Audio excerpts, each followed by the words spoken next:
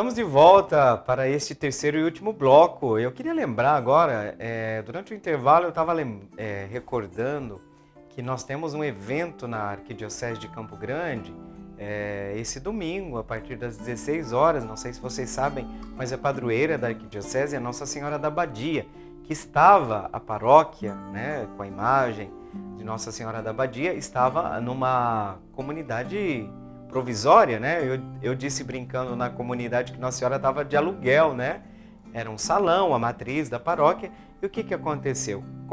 A comunidade conseguiu encontrar um lugar, tá? E o que vai acontecer amanhã? Vai acontecer a procissão, que a imagem vai ser levada. Eu não sei se conseguiram um carro de boi, que estava todo mundo tentando, né? Assim como chegou a imagem com os primeiros colonos que colonizaram a nossa bela cidade de Campo Grande, mas ela vai ser levada ali para os Altos da Afonso Pena, onde vai ser a sede do novo santuário, Santuário Nossa Senhora da Abadia. Então o lugar ali já existe. Então a partir das 16 horas da manhã vai estar presente nosso bispo, muitos padres, né? Então finalmente Nossa Senhora da Abadia saiu do aluguel, né? E vai ter uma casa. Então aí nós estamos todos convidados então a participar. Eu não lembro aqui o nome da rua ali agora, mas a paróquia Nossa Senhora da Abadia fica ali perto do shopping Campo Grande, tá? Subindo ali, não sei se vocês conhecem. Muito bem, vamos voltar para as nossas perguntas. O Sérgio, lá do bairro Universitária 2, faz uma pergunta muito, muito interessante. Ele pergunta: quando uma pessoa deixa de participar da Igreja Católica e vai para outra, ela automaticamente fica excomungada da fé católica? Olha, Sérgio, direito canônico não é muito a minha área, né? Mas eu diria que essa excomunhão não é automática, porque na verdade o abandono da fé, o abandono consciente que aconteceram com muitas pessoas, sobretudo no Brasil, que foram para o mundo pentecostal, neopentecostal, o termo utilizado, se você for olhar do ponto de vista da nossa fé, é apostasia. O que significa a apostasia? Você sai fora da comunhão. É uma forma de excomunhão, mas não é que a igreja excomunga. É você que sai fora da comunhão, entendeu? Na prática, é quase o mesmo. Porque você abandonar a comunhão de fé, a comunhão com o Papa, a comunhão com os bispos, por causa que você passa a seguir uma outra interpretação cristã da fé, né? Por causa, às vezes, descontentamento, as razões são inúmeras, mas nós chamaríamos mais, se fôssemos usar o termo técnico, de apostasia. Mas essas pessoas que saem, não é que elas estão preocupadas se estão excomungadas ou não estão excomungadas, né? Mas eu digo, saiu da comunhão, é excomunhão. O que significa excomunhão? Ex, fora, o prefixo. Fora da comunhão. Então não é que a Igreja Católica, no ato canônico, diz: olha, você está excomungada, tá? Essa pessoa eventualmente pode retornar à fé? Ela pode. Essa pessoa pode, só que ela vai ser necessário fazer uma profissão de fé pública, professar o creio, aqueles elementos essenciais da nossa fé, expressar sua comunhão, né, com os pastores da igreja, com o nosso Papa, com os bispos, né, e pode ser perdoada, digamos assim, e retornar à comunhão de fé. Aliás, isso tem acontecido com uma certa frequência. Pelo que eu escuto falar, me parece que isso tem se tornado muito frequente. Muitas pessoas que já passaram por inúmeras outras experiências, porque tem gente que troca de religião como troca de roupa, né? Nunca está contente. Parece que, no fundo, é esse subjetivismo de hoje, né? Eu quero uma igreja do meu jeito, né? Eu quero um papa do meu jeito, mas isso acontece dentro da Igreja Católica também, né? Esses dias eu postei lá no Facebook, né? É a briga que tinha dentro da comunidade que Paulo falou: tem gente dizendo que é de Apolo, tem gente dizendo que é de Paulo, mas nós somos todos um com Cristo. Tem gente que diz que é de Bento, que é de Francisco. Quer dizer, tudo isso gera muita divisão, né? Muita ferida dentro do corpo de Cristo. E a gente não precisa disso, né? Essa comunhão tem que ser mantida. Mas eu diria isso, Sérgio, quem sai se auto-excomunga, não sei se eu posso assim dizer, mas não existe da parte da igreja um ato de excomunhão. O termo que é mais usado, se você quiser até dar uma pesquisada aí, Sérgio, é apostasia. abandono consciente, deliberado da própria fé. Tá? Para nós, isso acontece muito, muito no Brasil. Né? Então é isso aí. Sérgio, obrigado, viu? Obrigado pela sua participação. Próxima pergunta, a pergunta da Fátima. A Fátima mora lá na Vila Sobrinho, bairro Vila Sobrinho. Não conheço o bairro Vila Sobrinho. Pois é, o Fábio está dizendo aqui que é perto da Júlio de Castilho. Muito bem, é uma saudação para todos vocês aí, tá? Do bairro Vila Sobrinho. A pergunta da Fátima: o padre, mesmo que largue a batina, ele deixa de ser sacerdote? Olha, Fátima, assim como o batismo, digamos assim, o batismo, a gente diz que ele imprime um caráter, um selo, que ele é chamado, o termo técnico que a gente usa, indelével. O que significa isso? Aquele selo, vamos supor que a pessoa passou por uma experiência de vida muito fora da relação com Deus, da comunhão com Deus, e vamos supor que essa pessoa não conseguiu a comunhão plena com Deus e se condenou. Mesmo que ela seja condenada, esse selo não é retirado, né? Está ali, porque Deus não volta atrás no seu amor. O amor de Deus não volta, não se arrepende. Quando a gente fala que a nova aliança ela é eterna, exatamente, o sacramento exprime isso, essa eternidade. É irrevogável. É irrevogável. O que a igreja diz? Com relação ao sacerdócio, diz que na verdade ele vai sempre ser sacerdote. O que acontece é um processo canônico, né, que ele é dispensado do exercício do ministério. Tá? Ele é dispensado do exercício de viver como padre, de agir como tal. Tá? Mas ele permanece, digamos assim, sacerdote, porque esse sacramento imprime esse selo, né, interno. Então, como sacerdote, ele permanece sempre. Tanto que numa situação, mesmo depois, numa situação grave, por exemplo, de morte iminente, essa pessoa pode necessariamente, ainda no caso de uma emergência, vamos supor, vou falar aqui de uma coisa muito trágica, um avião caindo, mesmo que essa pessoa não esteja mais exercendo o ministério, num caso de emergência, ela pode ser solicitada como se fosse um sacerdócio, porque exatamente por conta da fidelidade da igreja. O que eu sempre digo, os sacramentos não acontecem por causa da fidelidade do ministro. Né? Nós deveremos ser santos, né? Porque viver da comunhão com Deus significa testemunhar esse amor. Né? Mas o sacramento depende da fidelidade de Deus, antes de mais nada. Tá? Então, por isso que nós percebemos esse permanecer padre dele, de certa forma. Embora é retirado o exercício do ministério. Né? Isso acontece ultimamente com muita frequência, sobretudo quando se tratam de casos muito graves, pedofilia, que embora seja um número muito reduzido, né, é uma tecla que estão sempre batendo, né? A gente sabe que hoje em dia isso acontece, infelizmente, e hoje em dia o processo, inclusive, é dito, a pessoa retorna ao estado laical. Retorno ao estado laical. Isso tem acontecido com muita rapidez, exatamente por conta, se é provada a gravidade, digamos, do delito, a pena canônica inclui necessariamente a redução ou a retomada do estado laical, né? Nesse sentido. Muito bem, Fátima, obrigado pela sua participação e agora nós vamos para a pergunta da Carmen, lá do bairro Paraty. A pergunta da Carmen: o padre pode se recusar a dar a comunhão para alguém? O que se diz é assim, Carmen, em público é sempre importante discrição, nunca humilhar ninguém publicamente.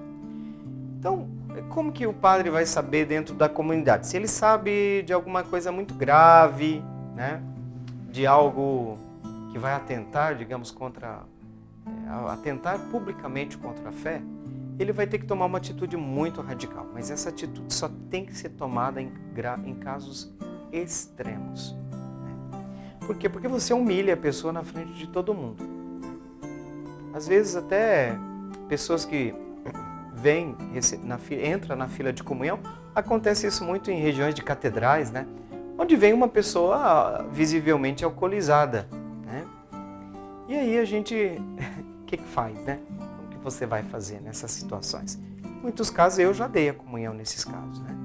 Agora, o que não pode é ficar... tem gente assim que acha que Jesus ficaria no sacrário para sempre. Porque fica... Não é o seu caso, tá, Carmen? Eu não estou falando de você, não. Mas tem gente dentro da igreja que Jesus não sairia do sacrário nunca. Porque ninguém é digno, porque isso, porque aquilo, porque estão muito preocupados com essas coisas. Não tem necessidade. Eu vejo assim, Jesus mal não vai fazer nunca para ninguém, né? Então a gente tem que tomar muito cuidado com os julgamentos, né? Olha aquela pessoa ali na fila de comunhão. Deixa Deus, deixa Deus.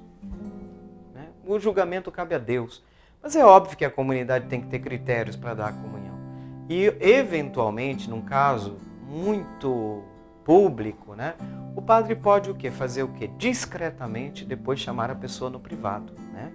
E dizer, olha, você não seria bom que você continuasse entrando na fila de comunhão, muito embora uma vez você entrando, eu não vou te negar para evitar a humilhação, a sua humilhação pública, tá? Então, vejam que a igreja tem muita cautela, digamos assim, Carmen. Nós temos que preservar Jesus para que a gente não receba o corpo do Senhor assim, né? Como se fôssemos lá completamente despreparados, sem uma vivência, né, de comunhão própria com o Senhor, mas também, né, a gente tem que cuidar da boa fama das pessoas. A gente tem que tomar muito cuidado com isso, porque tem gente que se pudesse faria da igreja simplesmente uma arca de Noé. Só os escolhidos, os puros, os santos, né? E nós não somos nem tão puros e santos assim, né? Não tem ninguém assim tão... Todos nós somos necessitados dessa misericórdia e dessa graça de Deus, né? Muito bem, Carmen, obrigado pela sua pergunta. E agora nós vamos para a pergunta da Sônia. Sônia, obrigado pela sua participação. A Sônia nos manda a sua pergunta. A Sônia mora lá no bairro Taquaral Bosque. Olha aí, uma saudação carinhosa para todos vocês aí do Taquaral Bosque. Muito bem, padre, os pais devem obrigar seus filhos a irem à igreja com eles? Olha, obrigar, né, é uma palavra meio pesada aqui. Olha, gente, eu falo sempre. Primeira coisa, começa desde pequeno a instruir seu filho, tá? As primeiras fases, de 0 a 6 anos, o catequista é você. A criança precisa ver os sinais da fé. Gente, um tercinho no berço, uma cruz na parede, um terço no carro, ver o pai e a mãe em atitude de oração, né? Na época do Natal, preparar o presépio junto com a criança. Na época da Páscoa, explicar os sinais. Por assim dizer, a criança vai tocar a fé através da fé dos pais, da prática, da vida, da vivência dos pais. Se você não deu esse testemunho, me perdoem dizer, por que você vai obrigar seu filho? Você testemunhou? Agora, às vezes o efeito é contrário. Primeiro, é Deus que age no coração das pessoas. A conversão é a ação da graça. Então você quer, tá bom, você quer, de certa forma, salvar o tempo perdido. Você descobriu a fé depois. E como que você quer atrair as pessoas para Deus? E aqui eu digo um termo que é muito importante. Atrair as pessoas à fé. Papa Bento XVI disse isso numa das suas reflexões. O cristianismo se propaga por atração. Como atrair as pessoas para a igreja? Aí a gente precisa ter lugar também para as crianças na igreja, né? Esses dias eu vi, né, da mãe Neide, uma amiga da gente, uma irmã de fé, dizendo que o padre falou, como que se chama na missa, né? Como se chama esse negócio aqui no meio? Todo mundo, corredor. Aí... E de fato diz que o padre disse, então criançada, corredor, é para correr, né? É claro, a gente precisa ter muito critério, ter muito cuidado, mas as nossas missas são praticamente incompreensíveis para as nossas crianças, elas não estão preparadas para isso, né? Então a gente precisa ter um ambiente, tudo isso, né? Falando em si da participação na missa. Eu não diria obrigado, mas quando uma coisa é muito importante, a gente tem que educar os filhos na fé. O que significa educar? Você tem que educar seu filho na fé. Você tem que ajudar seu filho a caminhar no seguimento de Jesus, porque é isso que você prometeu para a igreja, o dia que você pediu o batismo para o seu filho. Olha, você está disposto, o padre, em nome da igreja, perguntou para você assim, você está disposto a ajudar essa criança a crescer na fé, ouvindo os mandamentos da lei de Deus, seguindo os passos de Jesus de Nazaré, como discípulo dele? O que você disse? Sim! Então, gente, de fato, é um compromisso que os pais assumem na igreja de levar seus filhos a Cristo. Levar para Ele, tá? Levar para Ele. Então a gente precisa ir, primeiro de tudo, o testemunho. Segundo, gente, paciência, amor. Tem a fase da crise, do adolescente, do jovem, que ele começa a questionar muito as coisas. Mas vai encontrando caminhos. A comunidade tem inúmeras iniciativas. Às vezes a pessoa não gosta muito de um estilo, mas, né, sobretudo se está na fase de adolescente e de jovem, nós temos uma pastoral da juventude que pode ajudar muito também os pais a inserir os grupos, né, os jovens dentro das nossas comunidades. Então, olha, tem inúmeras iniciativas. Então, eu diria, Sônia, no lugar de obrigar, eu diria atrair. Pode ser? Combinado? Vamos atrair os nossos filhos, os nossos jovens, os nossos adolescentes para a beleza, para a grandeza da fé. Né? Isso que é bonito. Mais do que ficar obrigando. Porque eu digo a verdade, Sônia, às vezes o efeito é contrário. Tá? A gente não pode estar obrigando as pessoas, porque fé tem que ser algo muito pessoal e ao mesmo tempo comunitário. Mas é importante que você, pai, você, mãe, mostre para o seu filho, demonstre para o seu filho que a fé é algo muito importante na vida dele. Aí a gente vai encontrar os meios para levar as pessoas ao Cristo, levar as pessoas à fé. Gente, muito obrigado pela sua participação, pelas perguntas que vocês enviaram. O nosso programa, então, infelizmente está chegando ao fim, né? E a gente quer, então, pedir a bênção de Deus, né? Nesse final do nosso programa, a todos vocês que nos acompanharam nesse programa Respostas, nesse sábado, 13 de julho. Vamos pedir que essa bênção de Deus, por intercessão de Maria Imaculada, desça sobre você, sobre a sua família, sobre a sua vida. Abençoe-vos Deus Todo-Poderoso, Pai e Filho, Espírito Santo. Amém. Nós ficamos por aqui. Até o próximo sábado com o programa Respostas. Aguardo vocês. Meu coração é para ti, porque tu me deste a vida.